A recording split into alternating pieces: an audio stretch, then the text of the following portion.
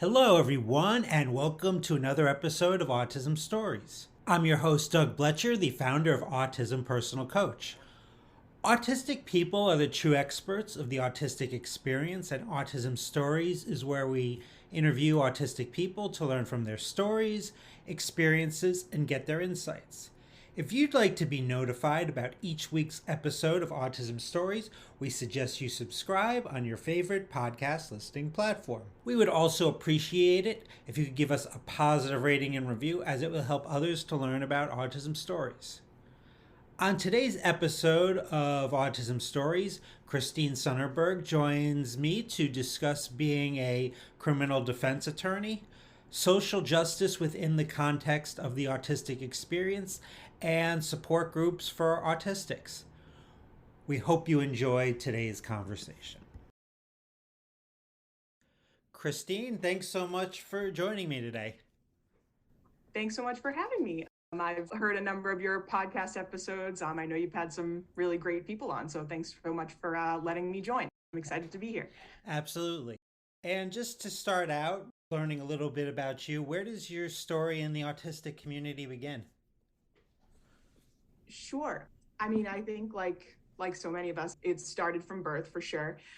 Not too many of us were in on the news, but definitely from a child, I had and displayed a number of autistic traits. I was hyperlexic, I was hyperverbal, I wouldn't be touched, I wouldn't be hugged. There's like an infamous family story of some holiday where I let mom put in one side of the pigtail but not the other side, and spent the rest of the day sort of running around avoiding that. So, I sort of had the profile from a young age, but really wasn't caught, for whatever reason, maybe in part because I've always done fairly well in school. My particular autistic profile, that's just sort of the way it manifests. I've been sort of good at school without trying too much, and I think that sort of let me slip through a lot of cracks. But, I sort of later in life, in my late 20s, was when I started to become aware of autism and sort of the traits that really, for me, resonated with me a lot. And that's really sort of when I started to learn things that were helpful to me. I think what's interesting for those of us that learn later in life is we sort of go through these cycles where, there's definitely some anger at first, like how did nobody figure this out? There's definitely phases of grief where you realize like things aren't what you thought or maybe won't be what you thought. And then there's also, really good phases of, acceptance and sometimes even pride if you're lucky enough, the good days. And I do feel really, really grateful because once I knew, I was able to learn so much from our community.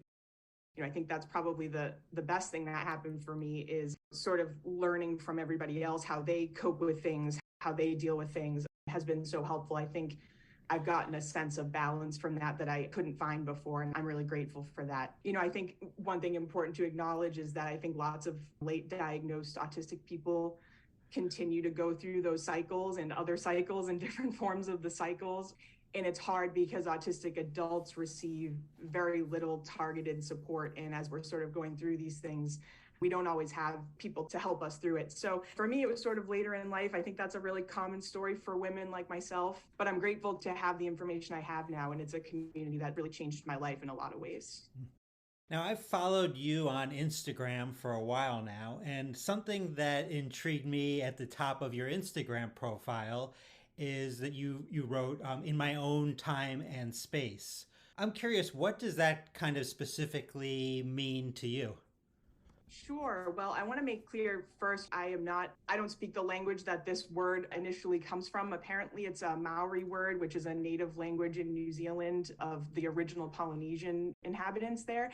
I just sort of, as I began my autism journey, like so many people, I devoured books and things on the internet and articles. And that's one of the things I came across that for me, I guess it just really resonated with me and it stuck with me. The idea is that their word for autism there translates literally to in my own time and space. And for me specifically, I guess I tend to think of it as like a good mantra in the good times and in the bad times. I think it really can apply to everyone too.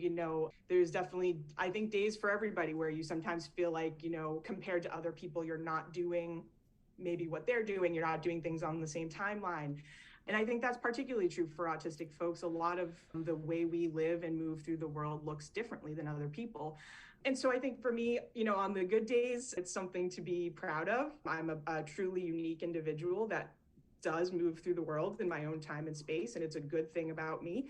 And then there's, the bad days too, where it's a good reminder, it might feel lonely here, but it's truly at the end of the day what makes me, who I am.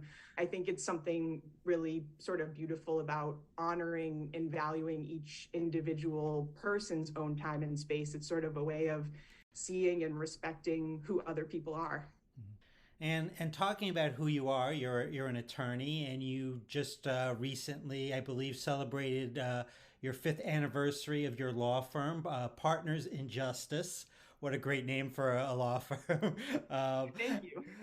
And you work with clients to help them determine what justice looks like for them. So I'm curious, what are some ways you go about doing that with your clients? Yeah, sure. So, I'm a criminal defense and prisoners' rights attorney. That's what I do, and that's what our law firm does. So, the idea, behind your partners in justice is sort of like, we're here to be on your team and to, as best we can, try to get you what feels maybe close to justice for you. I think for us, we represent people for very serious crimes, often people that have seriously traumatic histories, facing a number of systemic obstacles and difficulties in our current legal system in general, specifically our so-called criminal justice system, just doesn't really provide people, I think, with the justice that they're looking for. It's a system set up to punish. It's riddled with racism. There's extreme overpunishment. There's extreme sentencing. We have the highest incarceration rate in the world for a first world country. It's just, these problems are sort of, they cover the whole system and really make a sense of unfairness for so many people. And for all this, we aren't any safer. We can't even say we're safer as a country. So I think for the most part, people feel like they don't get what they want from our legal system. That's sort of a reality in America. And, as a defense attorney, we have to represent people in that reality. We can't always get the ideal. We can't always get somebody no prison time, or, we can't always get them parole on the first time. You can't always do those things. But, I think as a lawyer, I want to be of value, and I want to be of use to the people that I am serving. I believe it's really important to be honest with them about what they can expect from our legal system, but also to work with them as much as we can to, mitigate consequences on their lives, help them to look forward and be hopeful about the future, which is really hard after spending a long time in prison, after being dragged through the criminal punishment process. Help them to make realistic plans and to sort of understand the world that they're dealing with, especially folks that spend, decades in prison. That's something that isn't being offered to them for the most part while they're in prison. But we release people to the community. They need support, they need help, they need to feel like there are people that are rooting for them. I think so much of it is trying to understand what people's goals are, and if we can, trying to help them move in that direction during our time with them as attorneys. We come in and out, right? I'm not always in someone's life all the time. Usually I show up when there's something bad happening, there's an emergency, or we're really trying to solve a really tough problem. That's when lawyers get brought in. So we're not always there. We're not there all the time, but it feels to me like when I am there, I really want to be a force to push things in the right direction so that people feel like they're valued and they feel like someone cares about what happens to them. So, for so many autistic people, social justice is a really big part of our lives. And it seems like that's certainly important work that you do as an attorney. So, therefore, I'm wondering how much of your own autistic experience intersects with the work that you do. Sure. I don't actually think I would even be a lawyer if not for being autistic. It is, my sense of justice is really like foundational to who I am. And I tend to see everything through that lens. It's almost like it's 24/7. There's no off switch. It's almost, I wish there were an off switch sometimes, but for me, I think as an autistic person, I don't feel like I'll ever really be satisfied with the state of things until the injustices that I see feel like they're resolved. And I think that's a hard thing for so many autistic people. We have a really hard time accepting what's around us because it just is so clearly not right a lot of the time. One of the autistic people that sort of stuck with me, in this sort of area of thought is Greta Thunberg. I don't know if you've seen the movie about, when she takes her journey across the ocean in a boat and she goes to different governments and she's, making speeches about climate change and advocating for these things. What I thought was so interesting about her, though, is she sort of views herself as like in this big pack of people that we call society, right? And she's the person in the group that sees the threat, sees the emergency, and she's trying to sound the alarm, right? And it's all these people that aren't always hearing her, but she views it as like who she is, that she's the person that can see it. Not everyone can see it, and she can see it, so she's going to say it out loud. I think that's so common for a lot of autistic people. We sort of have this inherent compulsion to sound the alarm when we see things that maybe other people don't, or even when we see things that maybe just we've picked out a pattern, we've perceived things in a way other people haven't. And so, I think for me, I'm certainly not satisfied even with the things that I am doing that I think are helping. I try to, like I said, help each individual client as best I can. But, I really think ideally I would have some kind of bigger impact than I have. It's sort of a constant focus for me is how can I do that? It's sort of where my brain, I think, lives most of the time, unless I sort of deliberately steer it elsewhere, is sort of how do we solve these problems? Because I just, as an autistic person, it really is, it's the glasses I'm wearing. It's everything I see. And I can't help it but to see it that way and to worry about the harm it causes people. Now, from what I understand, you represent clients in all stages of the criminal process, regarding the sex offender registry board hearings and sexually dangerous persons trials, to name a couple of the stages. So when you have a client that's autistic or neurodivergent, in what ways may that change how you go about representing that individual? I feel like there's maybe a little bit of two questions in there. I guess first I'll speak to the sort of harsh and difficult crimes that I represent people in. Certainly that's a question that I get with some frequency about the crimes some of my clients have committed. How do you represent these people? Why do you represent these people? And, for me, it's actually very simple. First of all, everybody is a person and everybody counts. And it comes down to the idea that we should never give up on any human. We should never leave someone completely on their own and with no hope. Everybody needs someone in their corner, especially when everybody has left their corner, right? And so oftentimes as a defense lawyer, I am very cognizant of the fact that I might be the only person left standing with this individual. And that is an important thing to be doing, because nobody should be completely on their own when they're facing really anything, but especially something as serious as just having committed a really serious crime. Probably wasn't something they wanted to do, but their lives, for whatever reason, led them to that place, trying to figure out how they can fix things now, trying to figure out how they're going to work their way through this complicated and scary system. My goal is always to make this person's life better to the best of my, legal and compassionate abilities during my time representing them, because I understand that when we do that for people, we actually make society safer. We make society safer when people who are having a hard time know that people are rooting for them, know that there are people that want things to go well. There are people that are willing to support them in trying to do and be better. So I just think that's such an important part of the criminal system that gets overlooked. We tend to say this person's done something bad, put them in prison. We don't want to sort of deal with them anymore. And I think that there's so much wrong with that approach. And so for me, I do find it easy to represent really anyone. I'm not willing to judge people based on what they've done. I'm not willing to say that a person is the worst thing that they've done, because I wouldn't want someone to feel that way about me. I guess, turning to the second part of your question, certainly I represent lots of folks that are neurodivergent, sometimes autistic. And I guess for me, it's not necessarily that I say, oh, this person is autistic, I should definitely do this, or I should approach them like this. I think more important to me is that as an autistic person, I am very aware of the fact that I don't have any understanding of this person's brain or what they're experiencing until they help me to understand it, until I ask them questions and I earn their trust and I make it so that they feel comfortable sharing that with me. It's important to approach people with the assumption that I don't know anything, because I just think that having that understanding of different brain types, it helps me as a lawyer, because what I'm trying to figure out is how can I best help this person? It's really not about me. I'm a tool to try to help this person. And if I'm not doing what I can to try to figure out what's going on for them, I'm not really doing them a service. I know what it's like to be an autistic person, but I work with lots of other different types of neurodivergence, schizophrenia, bipolar, lots of epilepsy, lots of things that I don't know what that experience is like.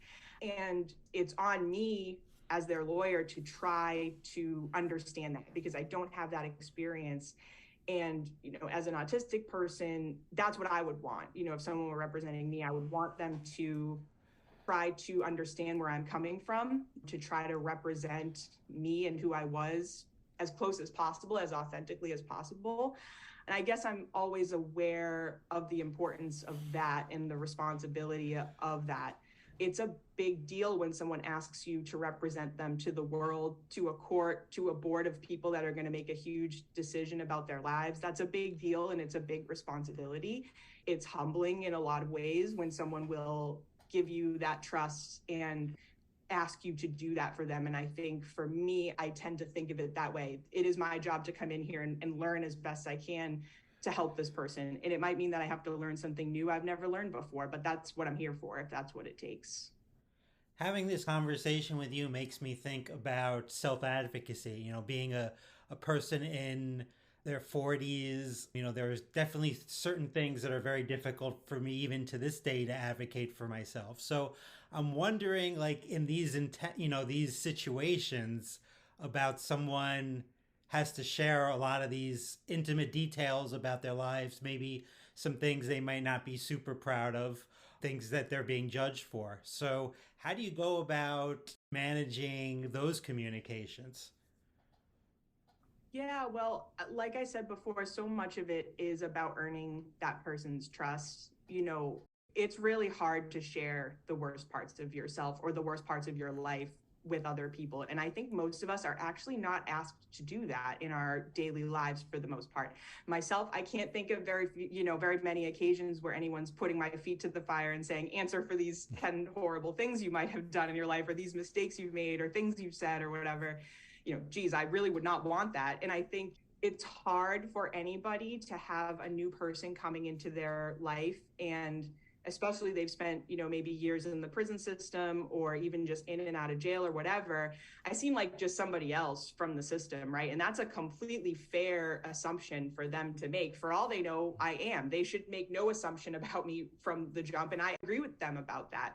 So, I guess for me, especially when I'm working with someone that, maybe has a neurodivergence I'm not familiar with, or something that, maybe like a traumatic brain injury, something that affects their memory or makes it tougher for us to build that relationship, I really have to accept it's going to take some time here. It's going to take me maybe a few meetings of meeting with this person, talking with this person about things that maybe aren't relevant to the case I'm working on. It might not help me get them out of prison. It might not help me, to solve the problem that I am put in their life to solve legally.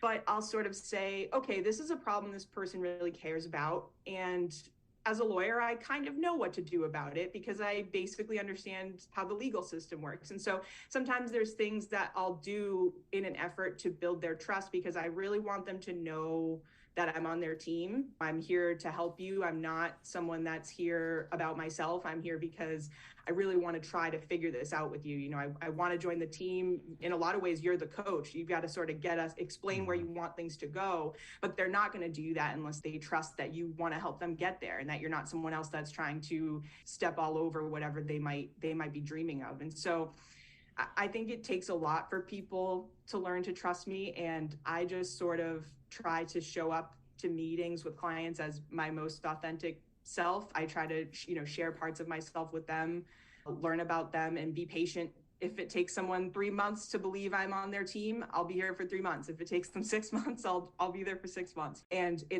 again, it's something humbling. I think sometimes lawyers, we tend to have an ego, right? And it's good to remember that this person doesn't owe me anything. They do not need to trust me. In fact, I work for them. I need to figure out how I can help them and how I can help them feel safe when they're talking to me. Now, we all know that legal representation can be incredibly expensive, but through your firm, you provide affordable advocacy. So I imagine this isn't something you have to do.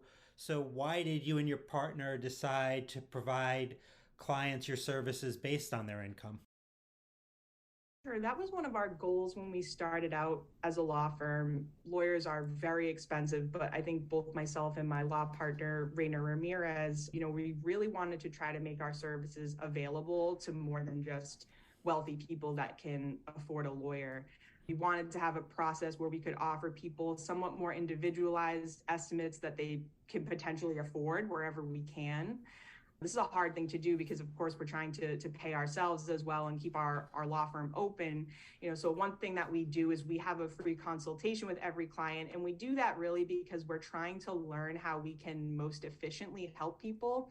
I often get feedback from those conversations that I'm very honest, and that's absolutely true. I'm willing to tell someone when something is a waste of their money. I'm willing to try to work with someone to figure out, is there a way I can help them with parts of this case that will cost them less so that they get the help they need, even if it's not full representation. Maybe I can help them complete paperwork. Maybe I can just prepare them for what they're about to walk into so they don't make any big mistakes, whatever it might be. There are some contexts where I can do that as a lawyer, and it really can change the game for people.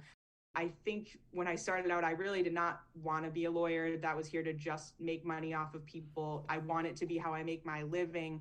But I'm not here to use the fact that I have privilege in the legal system, to drain as much money out of a customer as I can. That doesn't sound like fun to me, and it's not why I became a lawyer, and it's not why I opened a business. I wanted to feel like I was helping people. And of course, when you have to charge people money, something gets taken from that good feeling always, right? And so we try, I think, to meet people where we can. It's not always perfect, but we try. Now, maybe this is an impossible question, but you deal with like some really intense and life changing situations. Like, how do you maybe not take this home with you, or maybe take it home with you, at least to the point where you're not likely to experience autistic burnout as a result?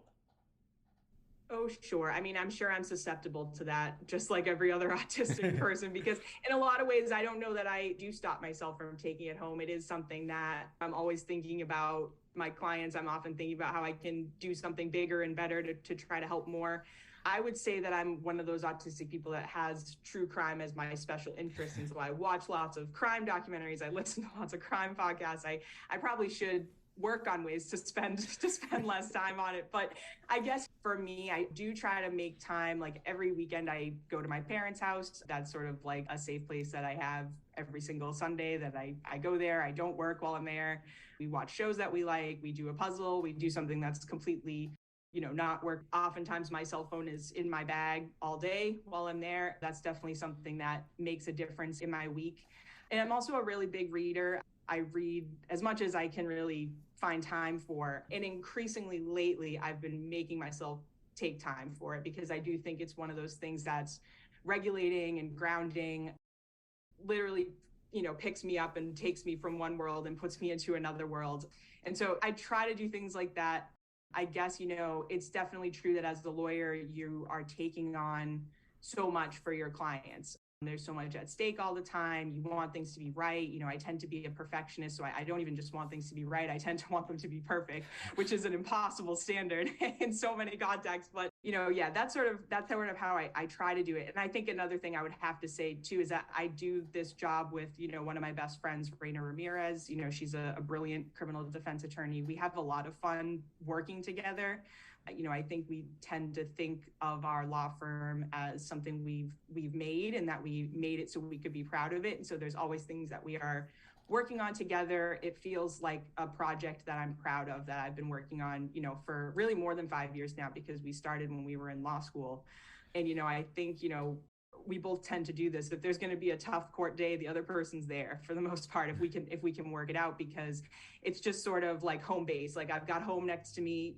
It's going to be a tough day, or it's going to be stressful. Maybe the judge isn't going to like me or whatever, but my friend's here, and that's okay. At the end of the day, we're going to leave here together. We're going to go back to our law firm, where we're safe and sound. And how can people learn more about you and Partners in Justice beyond this interview? Sure. Well, I have my personal Instagram, which is PIJ_Christine. That's Partners in Justice, Christine. And then our law firm Instagram is Ramirez and Sunnerberg. We post lots of stuff there, case results. We posted about our 5th anniversary, which we were excited about this month. And we also post a lot of abolitionist content, criminal justice reform content, and things like that. Now, besides being an attorney, you oversee a support group for autistics in Massachusetts called Full Spectrum Agency. Can you tell our listeners a little bit about that group and how they may be able to get more involved in it? I believe you've had Katie Oswald on this podcast. The wonderful Katie Oswald.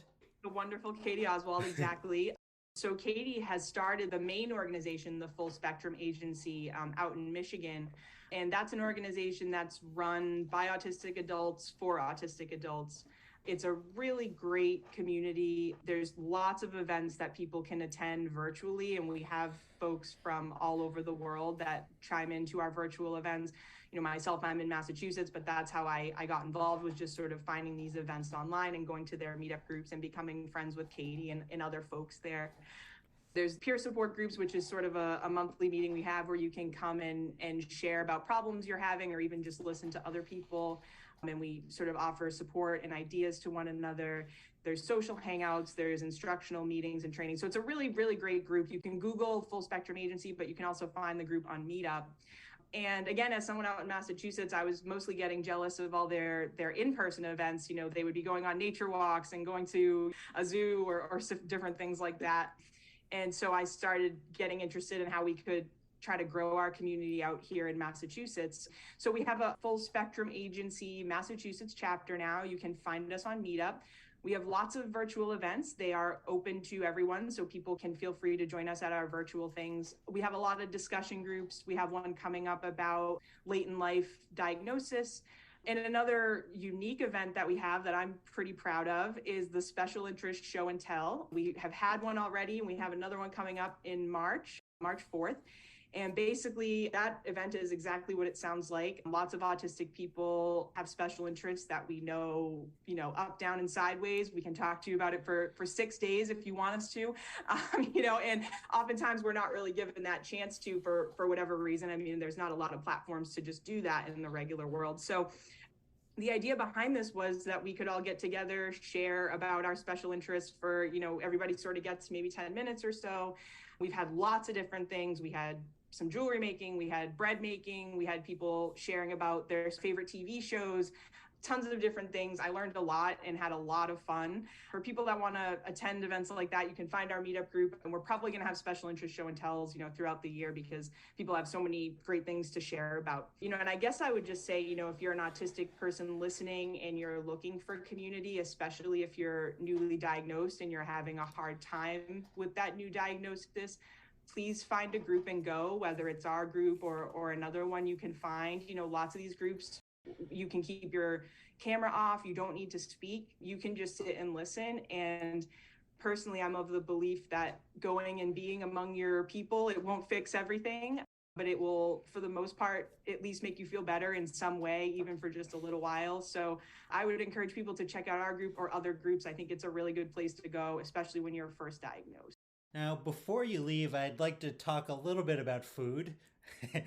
And our listeners probably might be wondering, how are we going from the things we talked about to food? But so I eat vegan, probably about 80 to 90% of my diet. And one of the things that's difficult with this type of diet is sometimes finding some delicious vegan desserts, because I have to have dessert. So from what I understand, you bake some vegan desserts. So I'm wondering, what's your go-to vegan dessert that you bake?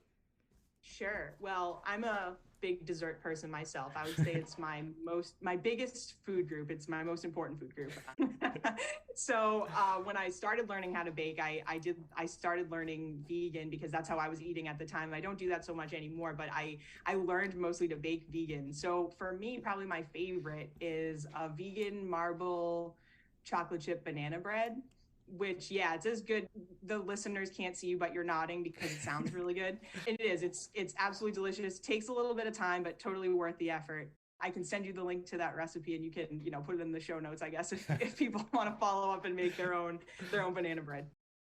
I was gonna say I'm gonna have to come to Massachusetts or something, hop in my car, and I don't know. Yeah, yeah, right. Should I maybe start like advertising the banana bread in the group, the Massachusetts chapter? Maybe that would like bring people in. There's going to I be banana, I think that could be yes. I think it right? might bring in one or two additional people for Dessert sure. brings me in. So Yeah, yeah.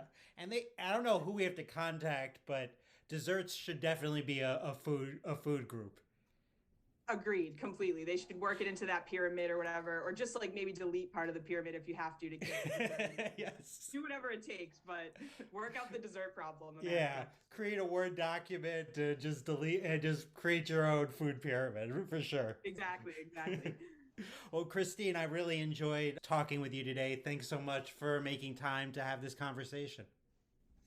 Oh, thank you so much, Doug. This was great. I had a great time. Thanks for having me. Thanks so much to Christine for the conversation. To learn more about Christine and Partners for Justice, check out the link in the podcast description of this episode. Did you know that Autism Personal Coach provides customized coaching for autistic teens and adults? All of our coaches are either autistic or autistic selected for their commitment to trauma informed and neurodiversity affirming strategies. They deeply understand burnout, sensory needs, executive functioning, and the importance of special interest. If you're interested in learning more about our coaching, please visit autismpersonalcoach.com for more information.